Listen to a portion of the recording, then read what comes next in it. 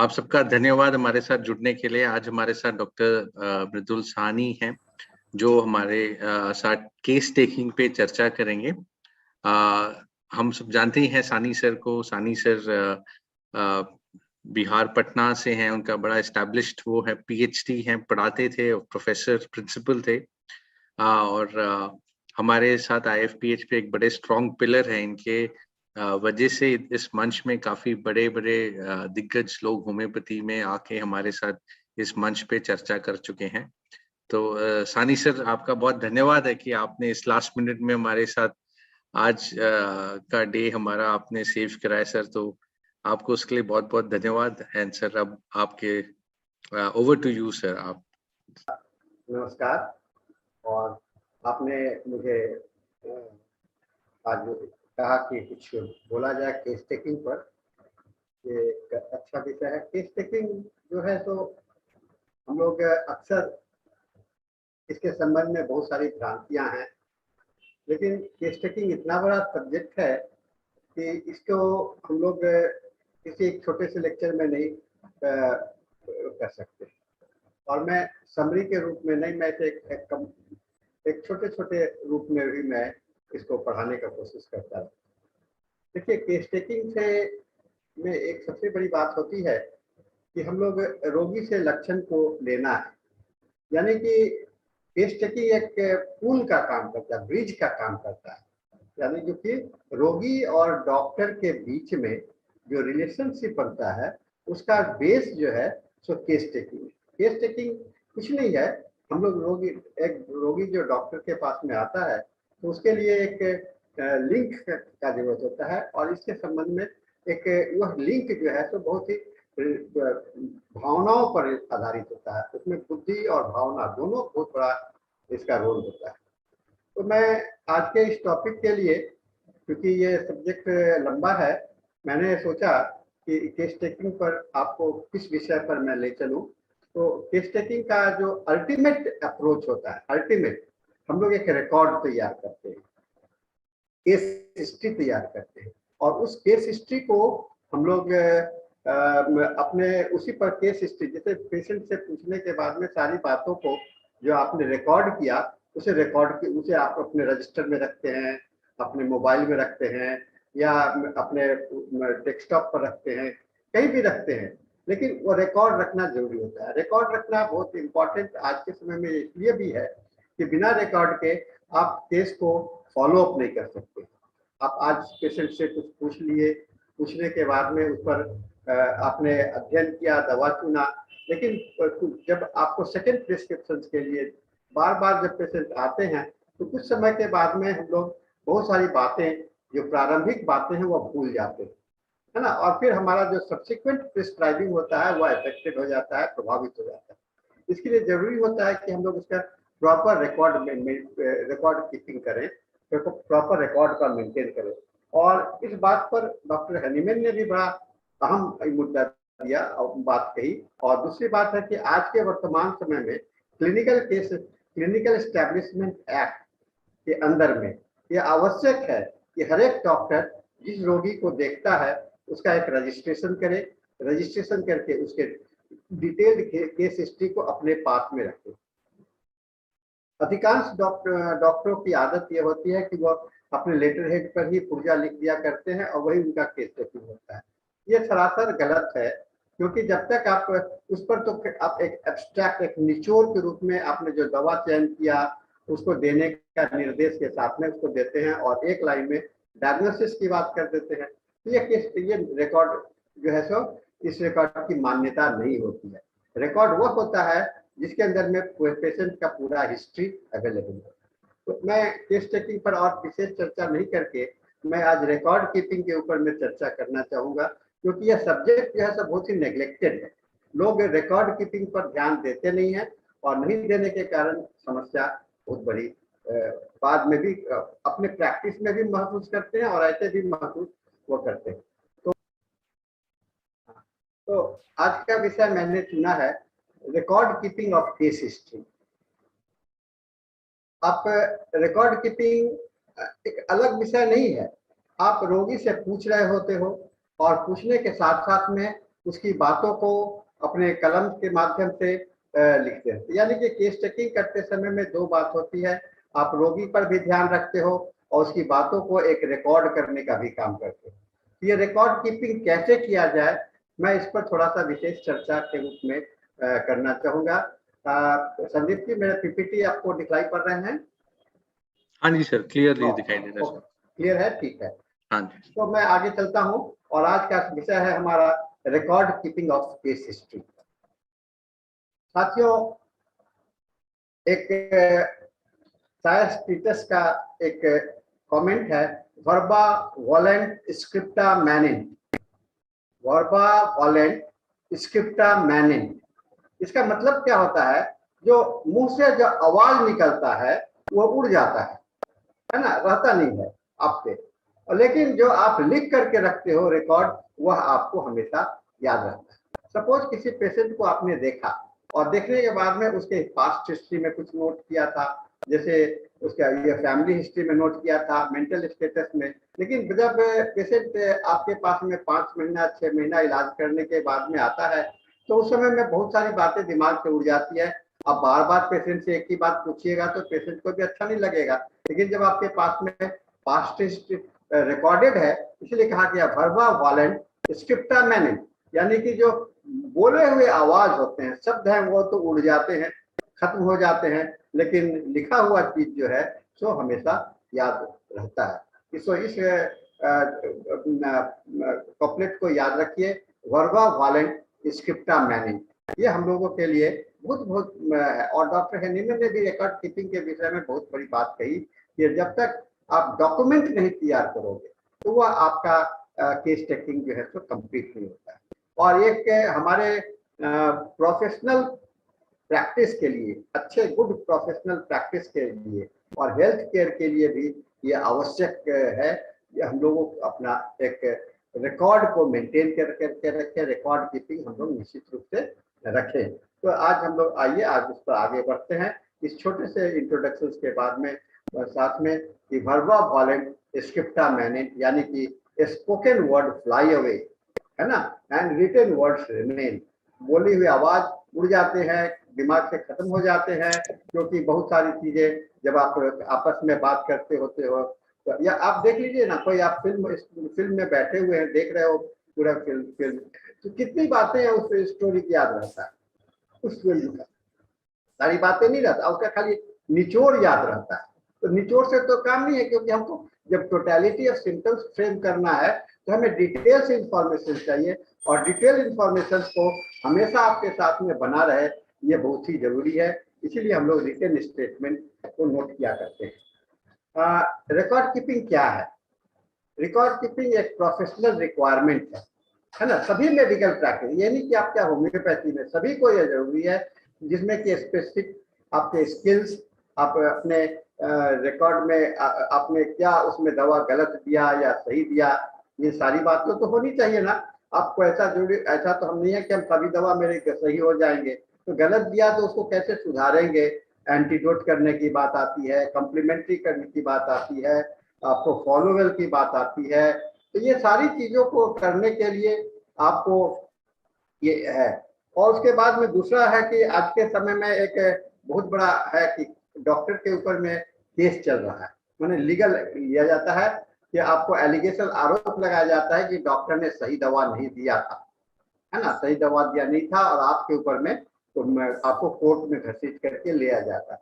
तो जब उस समय प्रमाण देने की बात आती है, प्रमाण देने की बात आती है, तो आपके पास में पूछा जाता है कि आप जब आपने इस रोगी को देखा था तो किस तरह से देखा, तो ये फेलियर्स को आप कैसे प्रूव कीजिएगा कि ये मेरा मेडिकल नेग्लिजेंस नहीं है, और ये आपको ये प्रूव करने के लिए मेडिकल नेग्लिजेंस मेरा नहीं है, मेरा ये प्रोसेस है और हमने इसके तहत काम किया, रोगी को लाभ हुआ नहीं लाभ हुआ, एग्रीवेशन हुआ, एम्बुलेंस हुआ, ये तो एक मेडिसिनल प्रोसेस है और क्लिनिकल प्रोसेस के अंदर में ऐसा होता रहता है। कोई जरूरी नहीं है कि सभी रोगी ठीक हो जाए, डॉक्टर के अंदर में बहुत सारे रोगी मर भी जाते हैं, बहुत सारे केस ठीक नहीं होते हैं। तो उन सभी के लिए आपको तैयार रहने के लिए भी ये रिकॉर्ड कीपिंग का होना जरूरी है ना। अब आइए, एक कहते हैं कि इंफॉर्मेशन जो होता है, इंफॉर्मेशन का मतलब कि सूचना, है ना। आपको high quality evidence based health care के लिए आज कहा जाता है कि आपका सबसे अच्छा डिलीवरी हो, हेल्थ केयर हो, इसके लिए सबसे अच्छा जरूरी होता है कि आप उसको रिकॉर्ड में रखें। इससे क्या होगा कि आपको पेशेंट से जो इम्प्रूवमेंट है, फॉलो अप कर रहे हो, उसका कम्युनिकेशंस को, ट्रीटमेंट का रैशनली को, आप आज ने दवा का चुनाव किया, टोटलिटी पर के आधार पर दवा का चुनाव किया, उसके कारण आपको सप्लीमेंट्री दवा क्या देनी है, तो ये सारी चीजें। और दूसरी बात और होती है, जब आप क्लिनिक में नहीं होते हो और उस समय में रोगी आता है, तो जो आपके अंदर में जो आपका असिस्टेंट है या आपके जिस अपने अनुपस्थिति में जिस भी डॉक्टर को आपने डिप्यूट किया है, अगर वो सेकेंड विजिट में आपके एब्सेंस में वो रोगी आता है, तो वह डॉक्टर किस आधार पर दवा देगा, है ना। तो वो तो आपके रिकॉर्ड को देख करके उस पर आगे फॉलो अप की बात सोचेगा ना, फिर नहीं तो उसके लिए तो पूरे अनजान हो जाएगा। तो इसके लिए भी आपको फॉलो अप के लिए आपके वर्किंग टीम में वर्क करते ही हो, क्योंकि रोज आप क्लिनिक में आपका बहुत सारा पर्सनल काम है, उसके कारण आपको बाहर जाना है, ये बहुत सारे कारण होते हैं, इसके कारण हम लोग ये अप्रोच करने की आवश्यकता होती है। रिकॉर्ड जो होता है हमेशा जरूरी होता है कि एक करेक्ट हो, और करेक्ट कोई जरूरी नहीं है कि आपने आज नोट कर दिया तो वह करेक्ट है ना। क्योंकि जो रोगी बोल रहा है, जो आप सुन रहे हो, जो समझ रहे हो, उसको आज के डेट में लिख रहे हो। फिर जब सेकेंड टाइम आया, जैसे आपने रोगी से पूछा आपको आपका जो है तो ये खाने में क्या अच्छा लगता है, तो रोगी ने बहुत जोर दे के बोला कि मुझे तो खट्टे एकदम नहीं पसंद है, बिल्कुल नापसंद है। तो आपने दिमाग में आ गया कि ये खट्टा नापसंद है, इसका एक सिम्टम से आपने नोट कर दिया। फिर अगले विजिट में जब पेशेंट होता है, आता है, उसके आप जब इवैल्यूएट करते हैं, उस समय में आप पूछते हो कि आपका खट्टा के प्रति कैसा है, तो डॉक्टर साहब खट्टा तो मैं खाता हूँ। तो आपको यहाँ पर क्या करना होगा, आपको ये देखना पड़ेगा कि वो खट्टा पहले से अच्छा नहीं लगता था और आज अच्छा लगने लगा। हाँ, ये ना दिमाग में आएगा। तब आप सवाल करते हो तो ये आपको पहले अच्छा नहीं लगता था, अच्छा लगने लगा। नहीं डॉक्टर साहब, पहले भी अच्छा नहीं लगता था, पहले भी अच्छा लगता था, आज भी अच्छा लगता है। अब देखिए पेशेंट अपना बात को कैसे बदल रहा, पहले भी अच्छा लगता था, आज भी बदल रहा, यानी कि आपको कम्युनिकेशंस में उस समय में गलत फहमी हुआ, रोगी ने जो बताया उसमें आपको गलत फहमी हुआ, और इस गलत फहमी के कारण आपने जो नोट किया वह एक डिफरेंट मैसेज गया। तो आज हमको तो करेक्ट करना पड़ेगा ना, हमारा टोटलिटी को करेक्ट करने के लिए। तो ये बहुत बड़ा अच्छा होता है, जरूरी होती है कि हम लोग इसको अपना। इससे क्या होता है, आपके अंदर में आत्मविश्वास आता है। जब भी आप अपनी गलती को देखते हो तो आपको सुधार करने की बात आती है, और थोड़ा सा आपको लॉ के प्रति भी आप सजग रहते हो, यानी कि दोनों तरफ से सेफ हो, आप अपने कॉन्फिडेंस में भी सेफ हो और अपने प्रैक्टिस में भी सेफ हो। एंड पेशेंट रिकॉर्ड का डेफिनेशन क्या होता है, इसको कहते हैं एनीथिंग दैट कंटेन्स इंफॉर्मेशन। कोई भी सूचना, जो कि सूचना, इंफॉर्मेशन का मतलब होता है सूचना, रोगी से संबंधित कोई भी सूचना है किसी भी मीडिया में, ऐसा नहीं है कि खाली कागज में रखो, है ना। आप उसका वीडियो रिकॉर्डिंग रख सकते हो, उसका ऑडियो रिकॉर्डिंग रख सकते हो, तो किसी भी तरह से है वो आपका रिकॉर्ड, पेशेंट का रिकॉर्ड कहलाता है ना। लेकिन यह सूचना है, और सूचना का मतलब क्या होता है, सूचना मतलब सूचना को अगर डिफाइन करने के लिए कहा जाए, इंफॉर्मेशन को डिफाइन करने के लिए कहा जाए, तो कहा सूचना ऐसा होना चाहिए जिसका कि आप व्यवहार कर सकते हो, जिसका कि आप यूटिलाइज कर सकते हो। जिसकी यूटिलिटी नहीं है वो सूचना नहीं है ना। जिस बात को आप यूज नहीं कर सकते वो आपके लिए कोई सूचना नहीं है, कोई मतलब नहीं है। लेकिन जिस चीज को यूज कर सकते हो वो आपके लिए सूचना है। इसलिए पेशेंट का रिकॉर्ड क्या होता है, आपके लिए एक सूचना होता है, एक लिए इंफॉर्मेशन सेंटर होता है, जहाँ की आप कागज में रखे हो, रजिस्टर में रखे हो, आप वीडियो रिकॉर्ड पर रखे हो, आप ऑडियो रिकॉर्ड पर रखे हो, जहां भी रखे हो। आजकल तो कंप्यूटर पर हम लोग रखते हैं, और बहुत सारे सॉफ्टवेयर भी आ गए हैं जिसके अंदर में आपको केस टेकिंग का फॉर्मेट बना हुआ है, आप और या आप अपना खुद फॉर्मेट डिजाइन करते हो, उस पर करके पेशेंट के केस हिस्ट्री को नोट कर डालते हो, तो ये करके आपके पास में कंपाइलेशन होता है। ये बहुत अच्छा हम लोगों के लिए जरूरत होता है। केस टेकिंग के प्रोसेस में होता है क्या कि इंफॉर्मेशन जो है सो दो तरह से हम लोग लेते हैं। एक पेशेंट जो क्या कह रहा है, वॉलंटरी एक्सप्लेनेशन, और दूसरा है कि जब बोलने के अपना कष्ट को बता रहा है, बताने के बाद में जब वह चाहता है, जब आपकी इसकी पूरी बात सुन लेते हैं तो आपके मन में भी कोई सवाल आता है इसमें, और है तो आप फिर उसमें सवालात करते हो, तो वो बोलने का तरीका उसने कहा, उसका उसका उसका हिस्ट्री हुआ, तो इस रिकॉर्ड को हम लोग उसी के लैंग्वेज में लिखने का कोशिश करते हैं। अब आप कहोगे कि लैंग्वेज में कैसे लिखेंगे सर? तो लैंग्वेज में लिखना का मतलब है कि उसके कहने का, उसके जो जिस्ट है, दो तरीका हो सकता है। आप उसकी भाषा में ही आप उसको रिकॉर्ड कर लीजिए, उसको लिख डालिए, या उसका ऑडियो बना लीजिए, या उसका वीडियो बना लीजिए, उसको ले लीजिए। उसके बाद में जब आप इंट्रोगेशंस करते हैं, माने आप उससे करेक्ट करने का कोशिश करते हैं, क्योंकि कोई भी वॉलंटरी जो आपका बोला हुआ, रोगी का जो बोला हुआ तथ्य है, कोई जरूरी नहीं है कि वो सही होगा, है ना।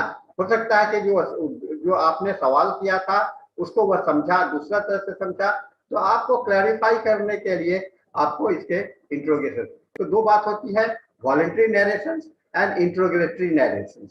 वॉलंटरी नरेशन का मतलब जो पेशेंट स्वतः बोल रहा है, और दूसरा इंट्रोगेटरी मतलब आपने जो पेशेंट के पूछताछ करने के बाद में जो आपने उसको सही पाया, तो वो आपको है। और आपको एक फॉर्मेट भी बनाते हो, क्योंकि हम लोग एक सिम्टम्स को कंप्लीट करने के लिए उसके कंप्लीट फॉर्मेट होते हैं। कोई कंप्लीट आप नोट कर रहे हो, जैसे कहीं पर कोई दर्द है तो उसका सेंसेशन चाहिए, किस तरह का दर्द हो रहा है, उसका मॉडलिटी ले चाहिए, कब एग्रीवेट करता है, कब वो एम्बुलेशन होता है, उसका कोई कॉन्कॉमिटेंट है, तो ये फॉर्मेट में नोट करके ये आपका डॉक्यूमेंट बन जाता है।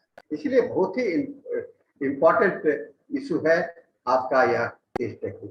अब केस की आवश्यकता क्या है, हम लोग इसकी आवश्यकता क्या है केस टेकिंग का? Good clinical notes document the medical history of the patient. ये पेशेंट का इतिहास बनता है।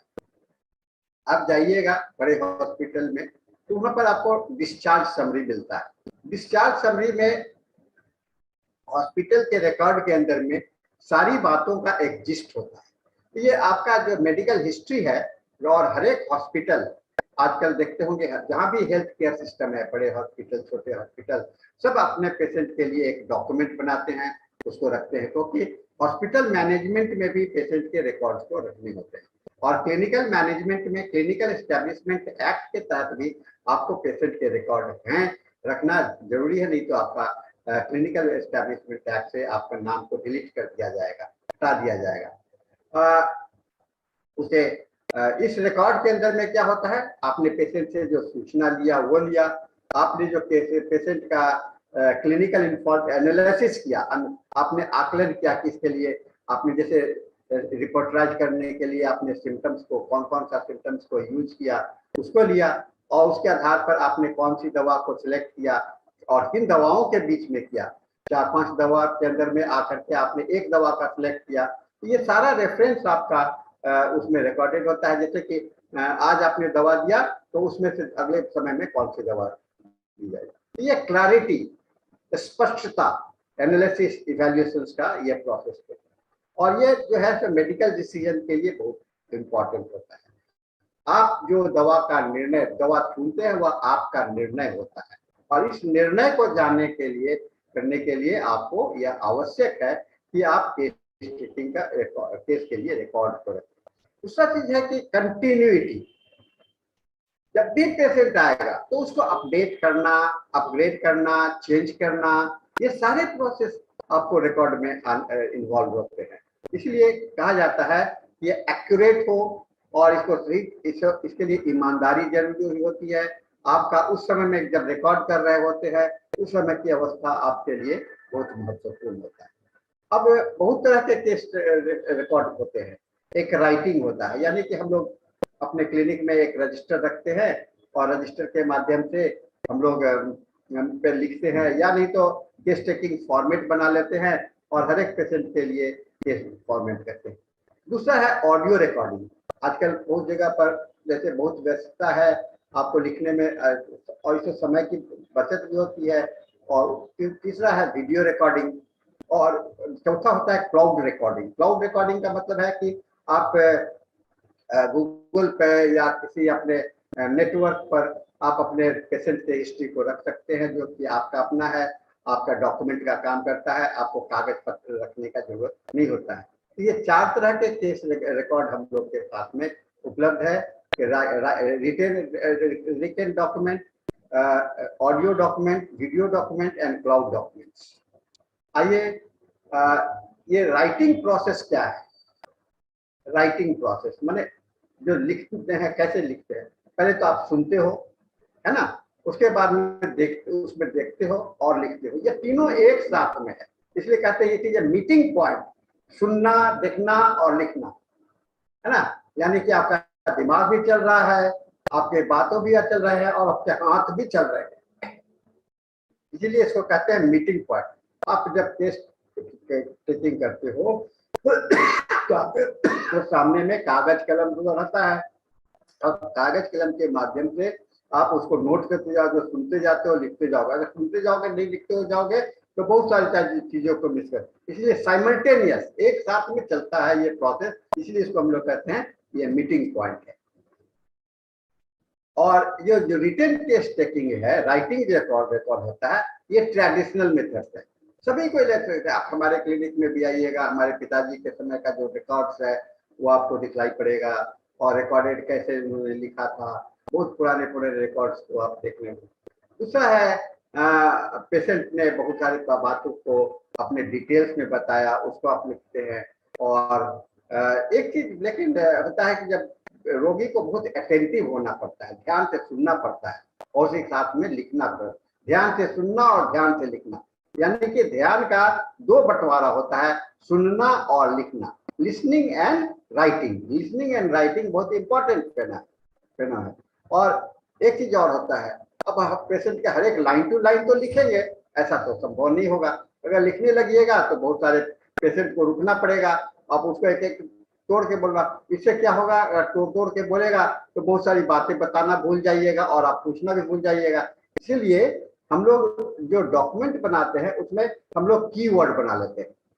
कीवर्ड मतलब एक सूचक शब्द होता है जो कि वो इंडिकेट करता है शॉर्ट फॉर्म में। जैसे कुछ लोग शॉर्ट हैंड जो व्यवस्था करते हैं, तो आपको किसी का नोट ले रहे होते हैं तो शॉर्ट हैंड में लिखते हो, बाद में उसको ट्रांसलेट करते हो बड़े। इसलिए आपको केस टेकिंग का प्रोसेस है, बेसिकली हम लोग शॉर्ट हैंड में लिखते हैं और उसका कीवर्ड को डेवलप करते हैं। आप अपना अपना कीवर्ड, जैसे मैं अपने क्लिनिक में बहुत सारे कीवर्ड डेवलप किया हूँ। जैसे डिजायर के लिए मैं डी लिख लेता हूँ, एवर्सन के लिए मैं ए लिख देता हूँ, एग्रीवेशन के लिए मैं ऐसा साइन बना देता हूँ, एम्बुलेशन के लिए ऐसा साइन बना देता हूँ।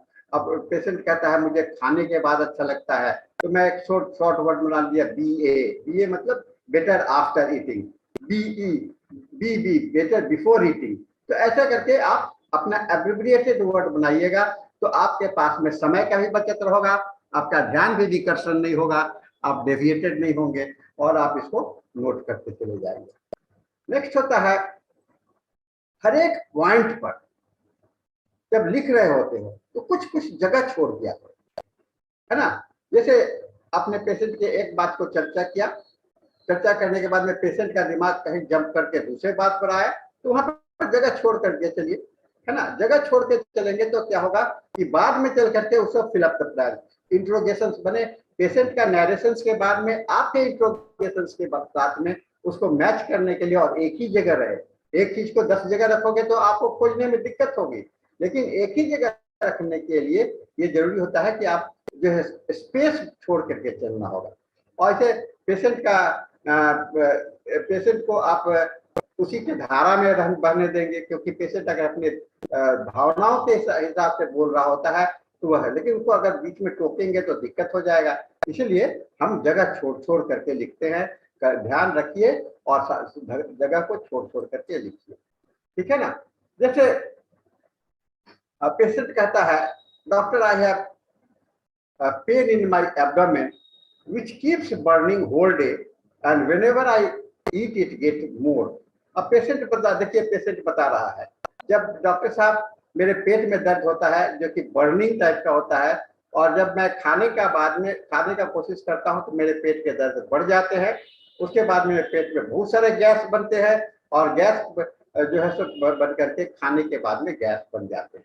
अब इसको कैसे हम लोग लिखते हैं, एब्डोमेन पेन खाली इतना लिख दीजिए। आप एब्डोमेन के लिए एबीडी खाली यूज कर सकते हैं, पेन के लिए पीए यूज कर सकते हैं। अब पूरे सेंटेंस का कितना शॉर्ट में हो गया, eating after whole day flatulence, इसे फ्लैटुलेंस बन जाता है, और ईटिंग आफ्टर ये जो है तो ये आराम मिलता है। तो ये जो है तो एग्रीगेशन की बात के साथ में इस शॉर्ट फॉर्मेट में इतना सारा डॉक्यूमेंट, सारा स्टेटमेंट जो है तो इसमें आपके पास में आ गया। और जब आपका उसका अपने बोलना खत्म हो गया तो अब बहुत सारी बातें आप पूछते हो, अच्छा पेट का दर्द हो रहा है, कितने दिन से हो रहा था, तो 2 साल से है। तो आप वो उससे पहले बार में नहीं लिखा था तो आप उसके बगल में लिख दिए सिंस 2 ईयर्स। कैसा था, बर्निंग था, है ना, खाने के बाद में बढ़ता था, और फास्टिंग से मेरे को आराम मिलता था, उसका कॉन्कॉमिटेंट कहता है। फिर आप पूछते हो क्या और पेट के दर्द के साथ में और क्या होता है, तो कहता है डॉक्टर साहब मेरे पीठ में भी दर्द होता है, लंबर रीजन में, है ना। तो ये आपका है, तो सभी जगह पर। और ये गैस कब से बनने लगा, 3 साल से बनने लगा। तो इस तरह से डिस्टेंशन और ये सारे बात को आपने जो पहला वाला रिकॉर्ड था,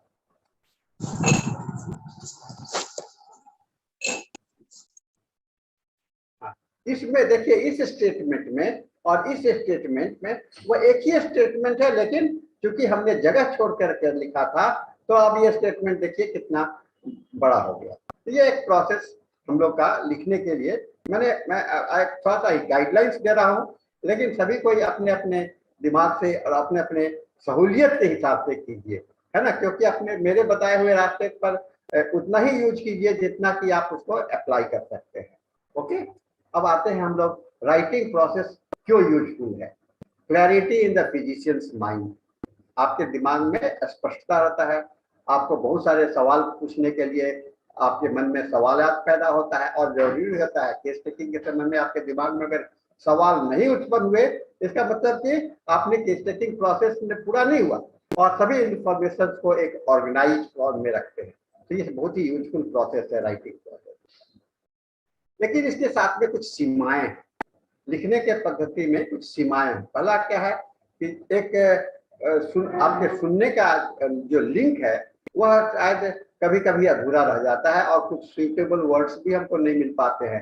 तो ये एक बड़ा हमारी सीमा है, और राइटिंग के समय में हम बहुत सारे अच्छे इंफॉर्मेशन को भी भूल जाते हैं।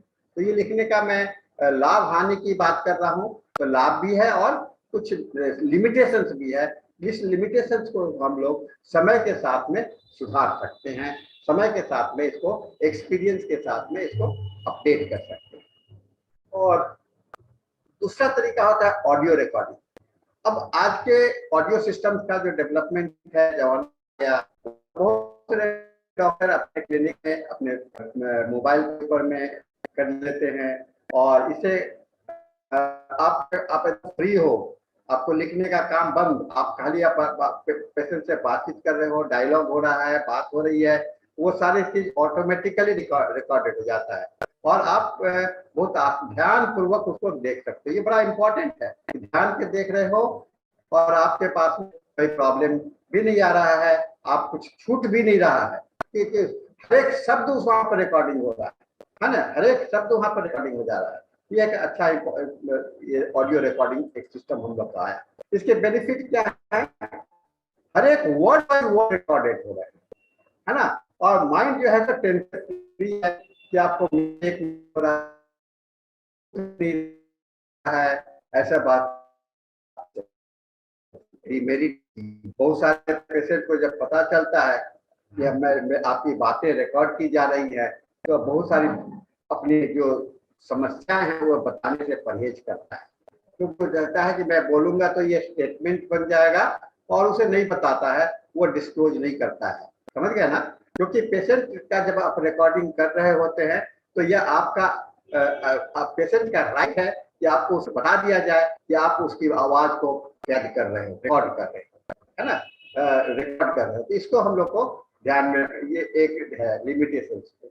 दूसरा चीज है, पेशेंट से उस समय आपको कंसेंट लेना पड़ता है ना, कि रिकॉर्डिंग जो है तो हम लोग करें, है ना। ये एक आपका बहुत बड़ा है आपको, क्योंकि लिखते समय में तो कंसेंट की जरूरत नहीं है इसके विषय में, लेकिन रिकॉर्ड करने के लिए, पेशेंट की आवाज को रिकॉर्ड करने के लिए आपका उसके सहमति लेना, उससे या उसके अटेंडेंट से लेना। अगर आप सहमति लेकर के नहीं करते हो तो यह इलीगल डॉक्यूमेंट माना जाएगा, समझ रहे हैं ना, इलीगल डॉक्यूमेंट आ जाएगा। और इसमें एक और सबसे बड़ी खामी यह है, ये जो इंफॉर्मेशन है एक जगह नहीं होता है, पर इकट्ठा किया, अब स्टेटमेंट में पेशेंट ने बताया कि पेट में दर्द होता है, अब कुछ 4-5 बात होने के बाद में उसके बाद बताता है कि 3 साल के बाद हो रहा है। तो क्या हुआ, 3 साल के बाद में बाद में लिखा हुआ है, बाद में आपको कंपाइल करना पड़ता है, इसीलिए स्कैटर्ड रहता है। इसीलिए आपको बार बार टेप को रिवाइंड करके आपको उसको एक सीक्वेंस में लाने का कोशिश करना है। तो मैं लाभ हानि दोनों की बात कर रहा हूँ, क्योंकि ये इसका निराकरण तो आप ही को करना पड़ेगा, कोई दूसरा कोई तो करेगा नहीं। इसीलिए निराकरण करने के लिए मेरिट्स और डिमेरिट्स को, हम लोग को क्या क्या बुराइयां हो सकती हैं, क्या क्या इसके लाभ हो सकते हैं, इसको ध्यान में रखना चाहिए। अब तीसरा आता है वीडियो रिकॉर्डिंग। अब ऑडियो के बाद में अब जमाना आ गया है वीडियो। आप अपने क्लिनिक में एक ये लगा कैमरा लगा देते हैं, है ना, और कैमरा लगा करके आपका हर एक मोमेंट का पेशेंट का भाव देख रही, बहुत अच्छा तरीका है ना, बहुत अच्छी बातें इसमें होती है, और बहुत अच्छा बॉडी मूवमेंट, बॉडी लैंग्वेज, सारे चीज को उसमें कर सकते हैं। उसको रिप्ले करके आप फिर बात को आप सुन भी सकते हैं, कंफर्म भी कर सकते हैं। इसलिए वीडियो और क्लाउड रिकॉर्डिंग में इस तरह की बातें होते हैं। तो आज के समय में यह बहुत अच्छा हो गया। और आजकल हम लोग ऑनलाइन ट्रीटमेंट भी शुरू कर दिए हैं, है ना। रोगी से हम लोग, आपके रोगी यहाँ पर है, आबाद में है, तो उस समय भी हम लोग व्हाट्सएप पे वीडियो कॉलिंग करते हैं, और वीडियो कॉलिंग का रिकॉर्ड को नोट करके रखते हैं, जिससे कि हम पेशेंट का अपने को ये करें। तो ये एक अच्छा एप्लीकेशन है जो कि आपको केस टेकिंग के लिए बहुत महत्वपूर्ण हो सकता है। अब आइए फिर इसमें लाभ हानि को देखें। लाभ क्या है कि विजुअल इफेक्ट के साथ में, आवाज के साथ में, आवाज मेरे डॉक्टर साहब मेरे पेट में बहुत दर्द हो रहा है, डॉक्टर साहब कोई दर्द नहीं हो रहा है। अब लैंग्वेज भाषा में, टोन में पता चलता है, तो उसके कितना इंटेंसिटी है ये पता चल जाता है। पेशेंट का, आपका डॉक्टर का माइंड भी जो है तो फ्री रहता है कि किसी भी बात को छूटेगा, और फिजिशियन जो है तो कंफर्म कर लेता है बॉडी लैंग्वेज से, है ना। देखिए वर्बल लैंग्वेज और बॉडी लैंग्वेज में अगर तुलना मिल जाता है तो वह लक्षण बड़ा सही होता है। अब जैसे पेशेंट से आप पूछते हो कि आप बताओ आपके खाने में क्या अच्छा लगता है, तो बड़ा अभी उत्साहित, अरे डॉक्टर साहब आपने तो बड़ा अच्छा सवाल किया, मुझे तो बिना मीठा के मेरे लिए रहा नहीं जाता। अब देखिए कितना अच्छा स्टेटमेंट आपको मिल रहा है, उसका एक्साइटमेंट बता रहा है, उसका भाव भाव बता रहा है कि उसको मीठा से बहुत ज्यादा प्रेम है ना। तो इसे आपको आप कंफर्म हो गए हो, ज्यादा इसमें पूछना नहीं पड़ेगा, आप उसके भावनाओं को देखो के साथ में, क्योंकि जब भी कोई पेशेंट बोलता है तो उसके साथ में उसका बॉडी भी साथ देता है। अगर बॉडी का लैंग्वेज और उसका माउथ का लैंग्वेज, वर्बल लैंग्वेज दोनों एक साथ में जुड़ जाता है तो वो बहुत अच्छा इंपॉर्टेंट इन्फॉर्मेशन। अब इसके साथ में बहुत डिमेरिट्स भी है, जैसा कि ऑडियो में है तो अपने वीक पॉइंट को तो यहाँ भी नहीं बताना चाहेगा ना दिखलाना चाहेगा, खास करके फीमेल्स में। अपने उसके प्राइवेट पार्ट्स को देखने के लिए तो पेशेंट बड़ा हिचकिचाते हैं और सही ढंग से नहीं दिखलाते हैं, और यहाँ भी आपको कॉन्सेंट लेना पड़ता है रोगी से, है ना। और यहाँ भी आपकी इंफॉर्मेशन सारी गलत जो ऑडियो में है वही प्रॉब्लम यहाँ पर भी है, और वीडियो को अगेन बार बार देखने का ये करना पड़ता है। तो गुड क्लिनिकल रिकॉर्ड्स का एडवांटेजेस क्या है? रेलिवेंट इंफॉर्मेशन और मल्टी डिसिप्लिनरी टीम कम्युनिकेशन के लिए है। आप किसी अपने चिकित्सक, अपने साथी के साथ में, अपने सीनियर के साथ में जब आपका केस का अध्ययन करने जाते हैं, अगर आपको समझ नहीं पाते हैं तो सलाह लेने की जब कोशिश करते हैं, तो वहां पर आपको एक मल्टी उस टीम में कम्युनिकेट करने के लिए, बात करने के लिए, डिस्कशंस करने के लिए मिलता है। ये आपको कोऑर्डिनेशंस में, आपको केयर, पेशेंट का जो केयर कर रहे हो, आपके स्टाफ ने, आपने नोट किया, आपके क्लिनिक के स्टाफ हैं, आपके हॉस्पिटल के स्टाफ हैं, नर्सिंग स्टाफ हैं, सबके बीच में एक कम्युनिकेशन, कोऑर्डिनेशन की आती है। और कंटिन्यूटी ऑफ केयर, कंटिन्यूटी मतलब निरंतरता, है ना, इसमें ब्रेकिंग नहीं होगा, लगातार बना रहता है। और पेशेंट के मैनेजमेंट के लिए आपको इसमें डिसीजन मेकिंग इन्फॉर्मेशन का काम करता है। इससे आपका एबिलिटी बढ़ जाता है और डाटा जो है तो ये रिस्क भी असेसमेंट हो जाता है। तो गुड क्लिनिकल रिकॉर्ड्स का एडवांटेज है improve ability of data of root cause analysis, है ना, root cause of the analysis, रोगी के मूल कारण के पास में पहुंचने के लिए सीरियस इन्वेस्टिगेशंस का, एक्सीडेंट का पता चलता है। आपके ऑडिट कैपेबिलिटीज को, आकलन, ऑडिट का मतलब हुआ कि एनालिसिस करने की कैपेबिलिटीज को बड़ा मदद करता है। आपको कोर्ट में एविडेंस के रूप में, यह प्रमाण के रूप में यह काम में आता है। और यह डायग्नोस्टिक ट्रीटमेंट के लिए जैसे रिपीटेशन है या इस चीज से बचाता है। और टाइम मैनेजमेंट पर भी बहुत बड़ा इसका आता है। आपका टाइम मैनेजमेंट बहुत इंपॉर्टेंट है, क्योंकि पेशेंट के साथ में आपके क्लिनिक में कितने नंबर ऑफ पेशेंट आते हैं, उसी हिसाब से आप एक रोगी पर समय देते हो, और उसी अनुसार आपके लिए सारी बातों को रिकॉर्ड भी करना होता है, उससे बात भी करनी होती है, प्रिस्क्राइब भी करना होता है। तो ये टाइम मैनेजमेंट जो है तो एक इम्पॉर्टेंट एस्पेक्ट होता है, जो कि आप के लिए जरूरी होता है। अगर क्लिनिकल रिकॉर्ड्स आपका अच्छा नहीं होता है तो इससे क्या होगा, आपका जो हेल्थ केयर प्रोफेशनल्स के लिए ये एक सही आंकड़ा नहीं होगा।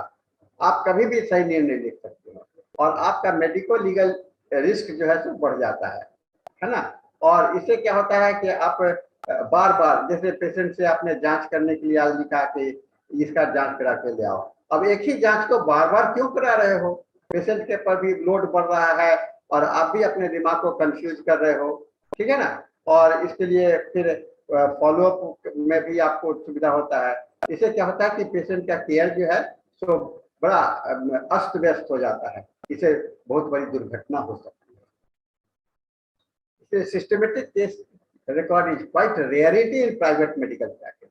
अब हम लोग देखते हैं ना, हम लोग क्लिनिक में डॉक्टर लोग रिकॉर्ड नहीं रखते हैं, इसे बड़ा सीरियस प्रॉब्लम आ रहे हैं और इसके बहुत सारे कॉन्सिक्वेंस आ रहे हैं। इसीलिए साथियों, यह आदत डालो, ये हमको रिकॉर्ड करना है। बिना रिकॉर्ड किए हुए हम केस टेकिंग नहीं करेंगे, चाहे जैसे भी करो, लेकिन करो। ये एक आदत है, क्योंकि ये खास करके अब ये गवर्नमेंट सेक्टर में या नर्सिंग होम में तो ये नेसेसरी है। वो जब भी जाइएगा तो ये रिकॉर्ड बनाते हैं, केस हिस्ट्री आते हैं, उनके पास में एक डॉक्यूमेंट होता है, उसको अपने पास में रखते हैं, या पेशेंट के हाथ में एक बुकलेट भी ये बना देते हैं। एम्स में एक बुकलेट बना देते हैं, उसमें सारे रिकॉर्ड्स होते हैं, आपको दे दिया, जब आएंगे तो आपको लेके आना पड़ेगा, है ना। तो ये एक डॉक्यूमेंटेड होना चाहिए, और लिखने की आदत बनानी चाहिए। रिकॉर्ड कीपिंग की आदत हम लोगों को बनाने का प्रयास करना चाहिए। तो जो क्लिनिकल रिकॉर्ड्स में क्या क्या इंक्लूड करना चाहिए, पेशेंट का डेमोग्राफिक, माने उसका पूरा जिंदगी का इतिहास, उसके करंट विजिट क्यों आ रहा है पहली बार, इसका क्या क्या एग्जामिनेशंस का स्कोप होता है, पॉजिटिव एग्जामिनेशंस के क्या फाइंडिंग्स हैं, नेगेटिव एग्जामिनेशंस के क्या फाइंडिंग है, और की एबनॉर्मल टेस्ट फाइंडिंग्स क्या होता है, डायग्नोसिस और इम्प्रेशंस क्या बनता है, और clear management plan and agreed actions. इसके लिए आपको मैनेजमेंट प्लान में ये स्ट्रक्चर, इसको कहते हैं कि केस रिकॉर्ड ये स्ट्रक्चर्ड इंफॉर्मेशन सिस्टम। स्ट्रक्चर्ड मतलब कि बनाया हुआ है और आपके लिए बहुत अच्छा मददगार का काम करता है। तो इससे क्या होता है, treatment details of the future treatment and recommend, ये हम लोग बाद में एक हम लोग के पास में पेशेंट 1 साल से इलाज करा रहा है, लाभ हो रहा है, लेकिन वह फॉलोअप कैसे हो रहा है? वो डॉक्यूमेंट के माध्यम से। आप 1 साल पहले की बात आपको याद रहेगी? नहीं रहती है ना। बहुत सारी बातें दिमाग से उड़ जाता है। मेडिकेशन एडमिनिस्ट्रेशन, आज पोटेंसी ये दिए हैं, उसका उस पोटेंसी के बाद में नेक्स्ट पोटेंसी क्या होगा, नेक्स्ट ड्रग क्या होगा, कौन सा दवा देने के बाद में एग्रीवेशन हुआ था, किस से एलर्जिक था, ये चीज हो जाता है। और इसे आपका पेशेंट को एजुकेट करने में भी मदद मिलता है। जैसे ड्रग एलर्जी है या फूड एलर्जी है तो पेशेंट को एडवाइस देने में भी आपको मदद मिल जाता है।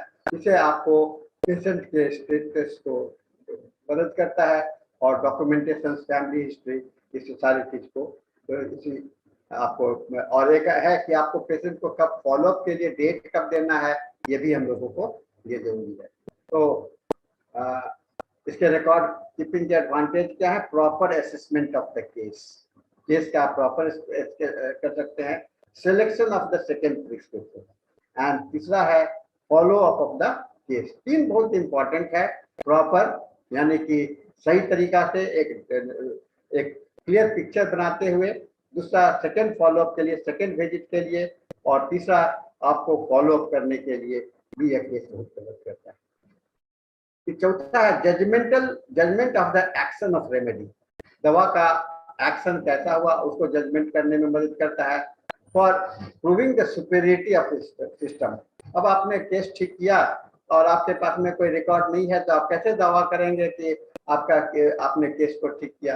लेकिन आपके पास में रिकॉर्ड होगा, आपने पेशेंट के लेबोरेटरी इन्वेस्टिगेशन रिपोर्ट को रखा है, तो उससे क्या होगा कि आप अपने सुपेरियरिटी को, और इसे रेफरेंस के रूप में भी यूज कर सकते हो कि हमने फलना रोगी को जैसे देखा था, इस रोगी में इस दवा से लाभ हुआ, इस रोगी में इस दवा से लाभ हुआ। रोग एक ही है लेकिन अलग अलग दवा से याद हुआ, तो ये आपके लिए रेफरेंस चाहिए। लेकिन कभी आपके दिमाग में बैठ गया कि यही दवा इस बीमारी के लिए है, तो फिर बाद का पेशेंट को आपको गड़बड़ाने लगता है। ये फ्यूचर रेफरेंस में बहुत इंपॉर्टेंट होता है। और 7वां बात जो है तो लीगल प्रोसीड्योर की बात आती है, जो मैं चर्चा कर चुका हूँ।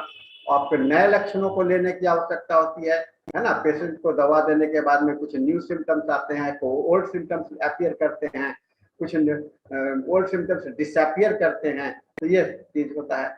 फिर एग्जामिनेशन एंड लैब इन्वेस्टिगेशंस का जो है सो टेक्निक्स हम लोग इसमें रिकॉर्ड करके रखना जरूरी होता है, क्योंकि इसको लेकर के आप नहीं चलेगे तो आप एविडेंस नहीं बना सकते हो। तो ये सबको आदत बनाने की आवश्यकता है। 10वां पॉइंट है क्लिनिकल टीचिंग। अगर आप किसी पर लेक्चर दे रहे हो या पढ़ाने के इसमें हो, तो वहाँ पर आपको क्लिनिकल टीचिंग के लिए रोगों को अपने स्टूडेंट्स को या अपने साथियों के बीच में शेयर कर सकते हो। और इससे क्या होता है कि आपके फिजिशियंस का क्या कुशलता है ये हो सकता है। 12वां जो है तो रिसर्च पर्पस में भी ये मदद करता है। और इसके सारे बहुत सारे कॉम्प्लेक्स सिंथेसिस, जैसे आपका रिपोर्टरी जो है सो 10th रिपोर्टरी से आपका आज रडार, ये सिंथेसिस रिपोर्टरी है, सिंथेटिक रिपोर्टरी क्या है, इवोल्यूशनरी रिसर्च पर के आधार पर आपके डाटा एक्युमुलेट करते चले गए और उसके आधार से तो आप रिसर्च में भी योगदान करते हो जब आप केस टेकिंग प्रॉपर करते हो। क्या करना चाहिए, क्या नहीं करना चाहिए? करना चाहिए यूज टाइम्ड एंट्री। टाइम्ड मतलब जो कि जिसको कि आप बाद में समझ सकते हो, और एब्रिविएशंस को अवॉइड करना चाहिए। लेकिन एब्रिविएशंस अगर आपने टाइम्ड नहीं किया है तो उसके लिए आप बना सकते हो लिस्ट, वो कर सकते हो। ऑब्जेक्टिव कमेंट्स है ना, और ऑब्जेक्टिव कमेंट्स को आप नोट कर सकते हो, लेकिन उसके अंदर में ऑफेंसिव, ह्यूमरस और पर्सनल कमेंट्स अगर करते हो तो वो गलत है। डॉक्यूमेंट एनी नॉन कंप्लायंस है ना, उसमें एग्जैक्ट वर्ड का यूज करना है। दूसरा है कि आपको एम्बिग्यूअस टर्म का मतलब होता है कि वैसा टर्म्स, वैसा शब्द जिसका कोई कंक्लूजन, निर्णय नहीं लगे।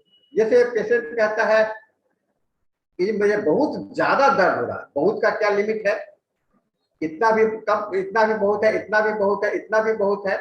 इसको एम्बिगुअस वर्ड कहा जाता है, उसको डिफिनिटिव में आना पड़ेगा। इसके लिए इसको कहा जाता है कि एम्बिगुअस टर्म्स को यूज नहीं करना चाहिए। ओरल कम्युनिकेशन, फोन कॉल, ये सब एक्शंस को ये लेना चाहिए। और डिलीट और अल्टर द कंटेंट, आपने किसी चीज को लिख लिया, अब उसको बाद में काट दे रहे हो अपनी गलती छिपाने के लिए, या आपको गलती मिस्टेक किया है तो ये गलत है। नहीं, जो लिखा तो लिखा, गलत किया तो सही किया तो सही है ना। और ये आपका केस मैनेजमेंट के लिए बहुत इंपॉर्टेंट है। लीगल इश्यू के विषय में मैं बहुत चर्चा किया हूँ, ये आज के समय में बहुत ही इंपॉर्टेंट है ये केस डॉक्यूमेंट आपका लीगल इश्यू पर। We must be familiarised with the relevant legal requirement of your country.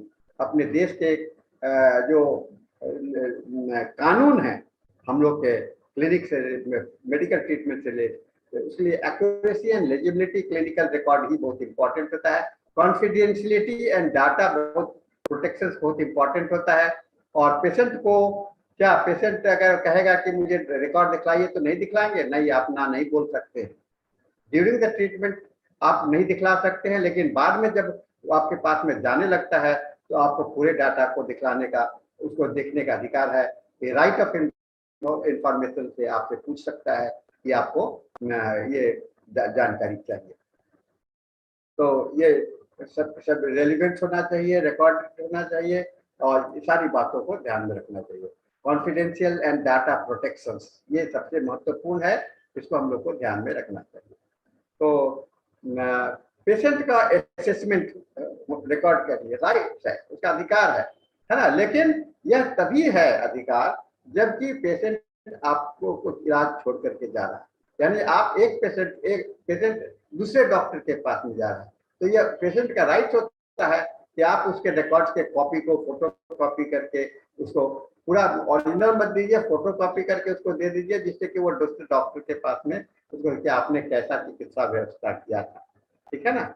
ये इम्पोर्टेंट है। तो कहा जाता है सच्चाई के ऊपर में किसी का अधिकार नहीं होता है ना। और विज्ञान तभी बढ़ता है जबकि आप अपने सच्चाई को, अपनी गलतियों को भी स्वीकार करते हो, अपने कन्वेंशनल से भी विश्वास करते हो। इस बात को हम लोगों को दिमाग में रखना चाहिए। तो मोनोपॉली नहीं है ट्रुथ कि मैं ही बोल रहा हूँ वही सच है, नहीं, ऐसा नहीं होता है। बहुत सारे सच जो होते हैं मेरे लिए सच होता है, लेकिन दूसरे के लिए गलत होता है। ये एक बहुत अच्छा इंफॉर्मेशन है। तो सबसे बड़ी बात क्या है कि weather it is helping or search health related information, connecting with the doctor through online portal, or enabling you to store, retrieve medical records online. The internet is starting to show the promises. It has transformed the way of people interact with and improve that. आज के समय में case taking बहुत ही आसान होता जा रहा है, क्योंकि आपके पास में इंटरनेट है, आपके पास में मोबाइल है, आपके पास में व्हाट्सएप है, और यह जो है तो आप अपने आप को अच्छा कर सकते हैं। तो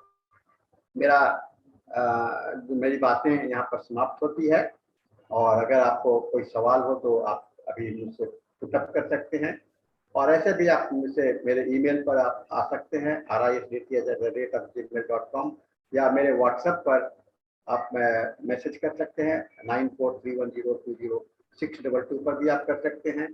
तो ये सारी बातें के साथ में मैं अपने वाणी को विराम देता हूँ। मैं है, और आपके पास में समय है, आप पूछताछ कर सकते हैं।